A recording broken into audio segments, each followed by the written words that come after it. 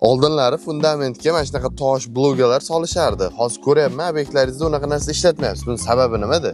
Buni sababi birinchidan bulga bo'ladimi, tosh bo'ladimi, betonning siniqlari bo'ladimi, fundamentga solganingiz bilan siz fundamentga ishlatayotgan betoningizdan, ya'ni mikserda keladigan betondan qanchadir iqtisod qilaman deb o'ylaysiz. Lekin bu ertaga sizga zarariga ishlaydi. Nimaga?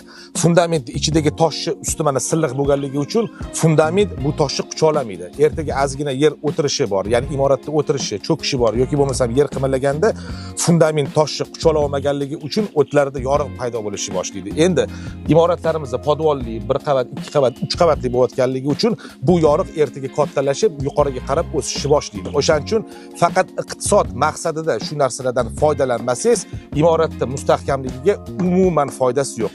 Solgandan ko'ra solmaganingiz yaxshi. Imorat beton armaturadan ko'tarilgani maqsadga muvofiq bo'ladi. Lekin iqtisod qilaman deb mana bunaqa imoratga bo'lsa bir 2 million iqtisod qilishingiz mumkin. Lekin 100 ming dollarga uchastka quryapsiz, qanaqadir bulikadan foydalanaman deb siz hech narsa baraka topmaysiz.